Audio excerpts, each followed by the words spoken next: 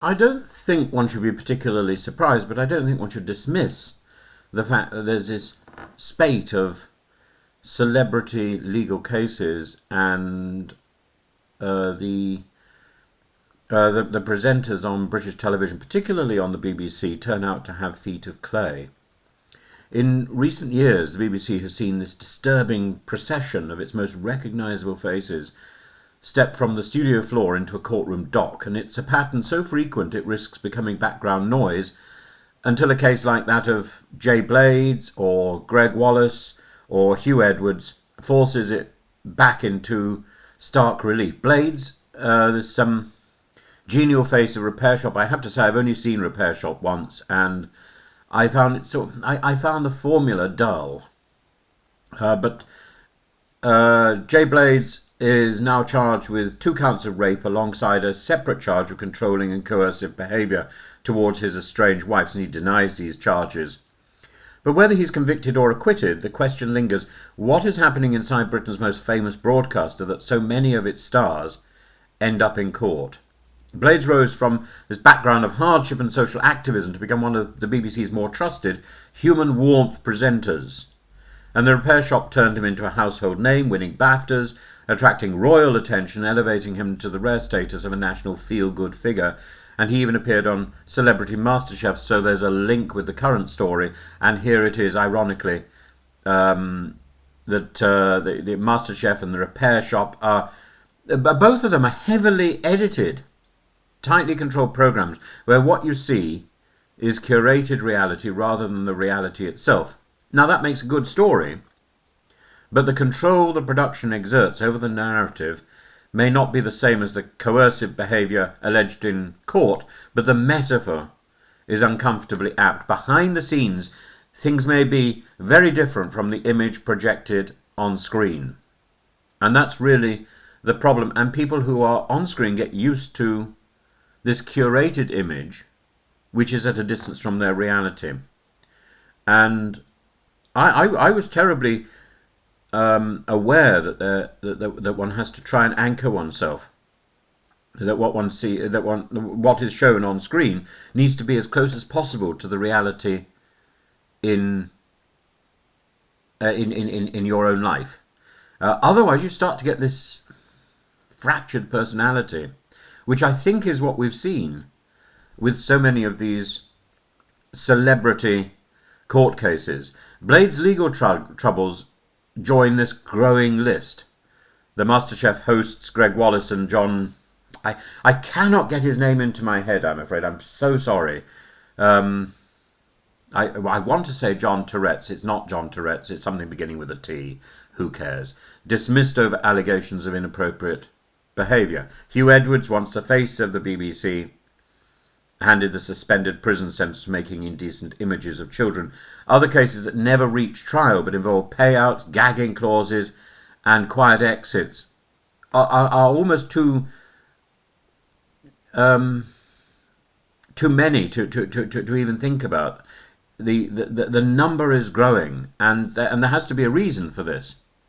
And the reason, I think, is the commodification of control.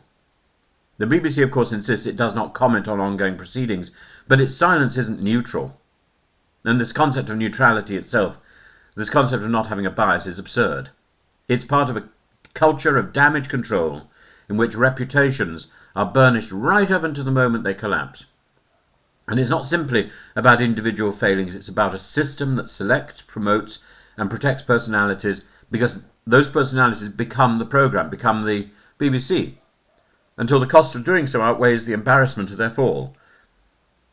And then the BBC does everything to distance itself.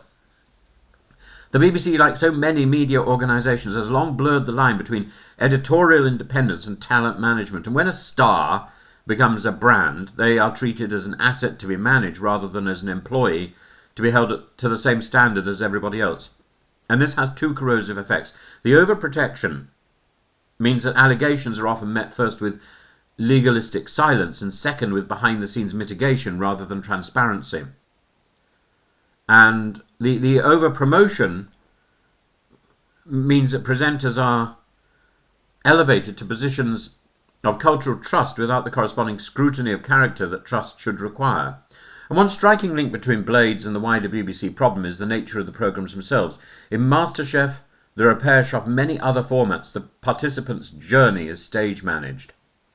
Contestants or participants have been told of your decision moments that were in truth predetermined by the producers. They were following a script. They may not have known it, but they were following a script. And the sense of control over storylines, over perception, becomes part of the institutional DNA. And it becomes almost impossible to know, as a producer, as a program manager, as a broadcaster, to know when that control is switched off.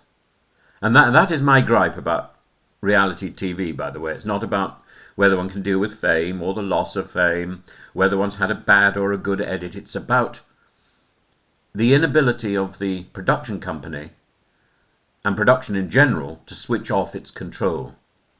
At what point do you stop being owned, and do you have your own life? Because in the theatre, you've got an agent that controls that. You've got a union to turn to when it all goes wrong. You've got none of that when you are dragged into television as a contestant in a game show or in reality TV. At best, this could be the democratization of TV, but it's not best, because it's brought under this patina of the control, and that so many of the media empires, there's so many of these imperial organizations like the BBC have wielded for years. It just becomes more noticeable now. If the culture is normalised at the production level, we shouldn't be surprised if at times it bleeds into off-screen behaviour. Not in the literal legal sense, but in the entitlement, the immunity, the belief that the show must go on regardless of who feels powerless within it.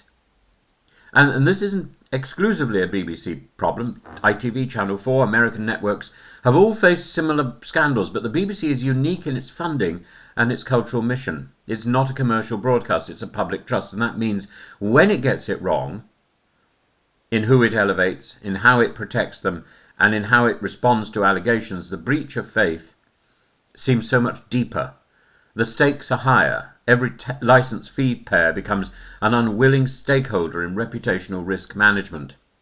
So Jay Blades will have his day in court. It was only a week ago since we learnt the charges, and he's entitled to the presumption of innocence. But the institution that made him a star has much more serious questions to answer that are not contingent on the verdict. Why does the BBC seem repeatedly blindsided by the off-screen conduct of its talent?